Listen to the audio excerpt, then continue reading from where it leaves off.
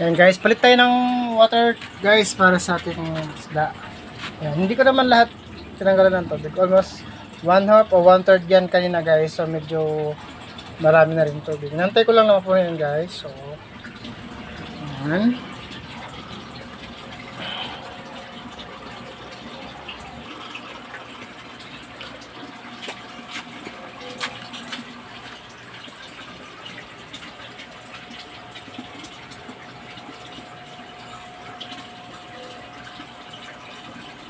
Medyo matagal pa guys.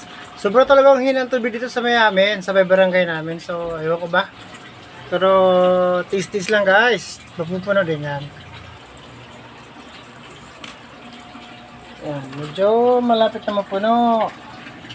Ayan guys. Ito yung aking ruwan na nagtatago. Ayan.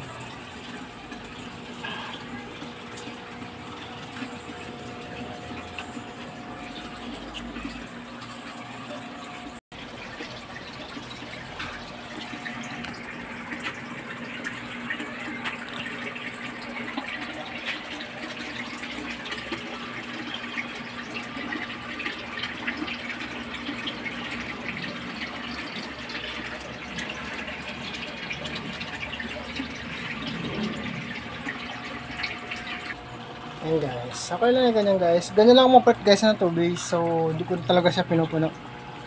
Dahil, minsan kasi ang arwana, pagka yan ninayayamot, nagwawala din guys. Kaya yung tubig talsikan. So, ganyan lang muna sila. Ganyan lang muna yung tubig niya. Ay. Ayan.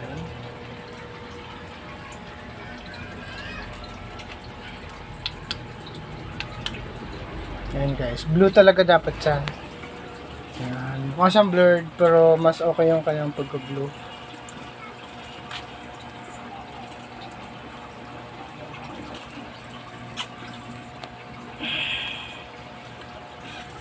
Yan guys, naghahanap ako ng ano ng kapartner niya or ibang uli ng isda na pwede niya makakasama. Kaso, kasi pag nilagyan ko ng ibang isda kasi kagaya ng parot, binubuli niya guys, nasasaktan yung parot, kaya tinanggalan ko siya ng partner. Pagkatapos din yung kanyang Oscar din ang pina-partner ko sa kanya.